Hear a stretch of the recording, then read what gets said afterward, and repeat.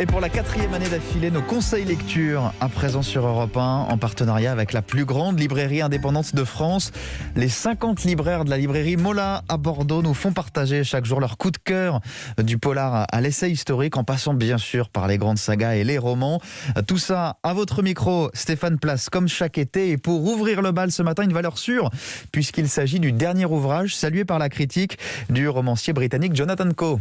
30 romans dont l'incontournable Testament à l'anglaise dans les années 90. Jonathan Coe, c'est d'abord le chroniqueur génial de son propre pays, l'Angleterre. Il l'a encore démontré avec sa trilogie, dont le 3e opus se déroule sur fond de Brexit. Mais là, dans son dernier ouvrage, l'écrivain change de décor. La Grèce, Los Angeles notamment, où durant l'été 1977, une jeune femme, Calista, se retrouve un peu par hasard à la table d'un immense réalisateur hollywoodien dont elle ignore à peu près tout, Billy Wilder. Au crépuscule de sa carrière, il va l'embarquer comme interprète sur le tournage de son avant-dernier film, Fedora. Billy Wilder et moi, c'est un bonheur de lecture qu'il ne faut pas rater.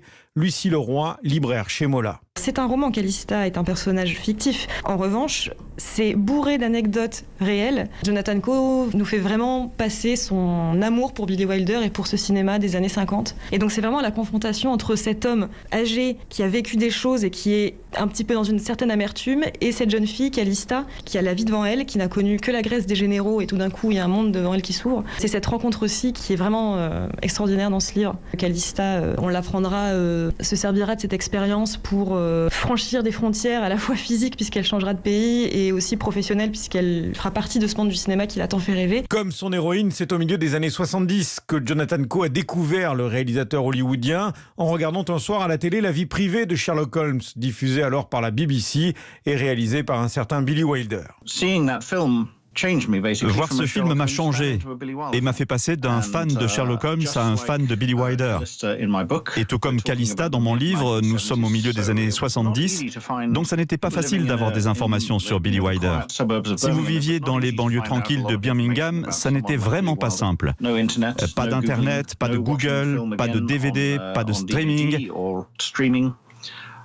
Il m'a fallu beaucoup de temps pour trouver plus d'informations sur lui, pour me rendre compte qu'il était l'un des plus célèbres réalisateurs d'Hollywood, pour apprendre les noms des films comme certains Lem Show et Boulevard du Crépuscule, et pour voir ces films, parce que le seul moyen de les voir, c'était d'attendre qu'ils passent à la télévision.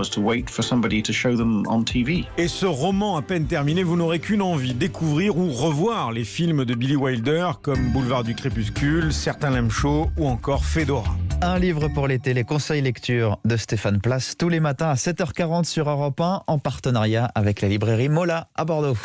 Europe 1.